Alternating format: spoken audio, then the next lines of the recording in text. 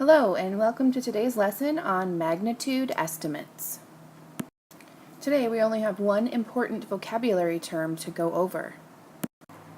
Today's vocabulary term is magnitude estimate, and it is a rough estimate of whether a number is in the tens, hundreds, thousands, or other powers of 10.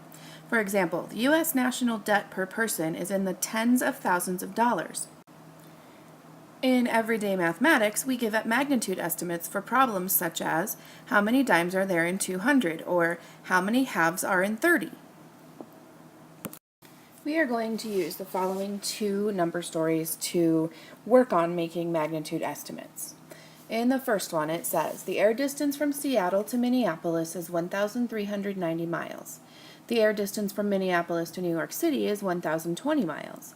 What is the distance from Seattle to New York City, making one stop in Minneapolis?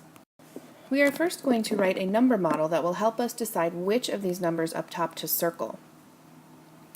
In making a magnitude estimate, in making any kind of estimate, you always have to round the numbers you're using first.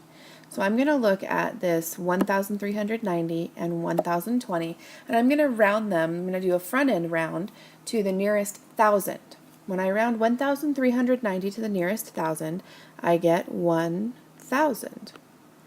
I'm going to add that because if I were finding the actual answer to this problem, I would be adding, since I want the total number of miles, to the estimate for 1,020. If I round 1,020 to the nearest thousand, I also get 1,000, making my estimate 2,000. So, because my estimate is 2,000, I'm going to circle the thousands up top because that's the magnitude estimate that fits where my answer is going to land. Now let's look at the second number story. It says, a weather station reported rainfall totals for a nearby town over a 3-month period.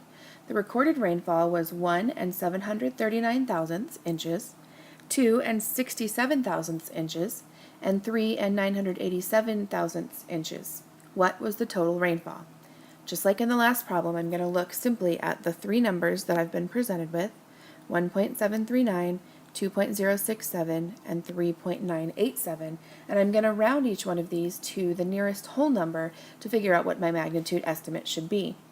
1.739 is going to round up to 2. I'm adding again because I'm looking for the total, which means I need to add all of the numbers together to figure out what that total is. 2.067 also rounds to 2, and then 3.987 rounds to 4, which is going to give me a total of 8.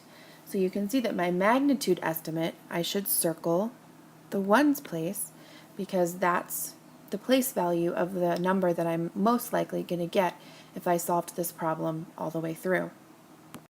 Here is your practice problem for the day.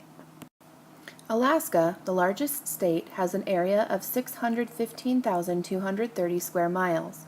Rhode Island, the smallest state, has an area of 1,281 square miles. What is the difference in area? Don't forget to write your number model on your paper and then write down your magnitude estimate that you would have circled if you could have on your computer screen. Good luck!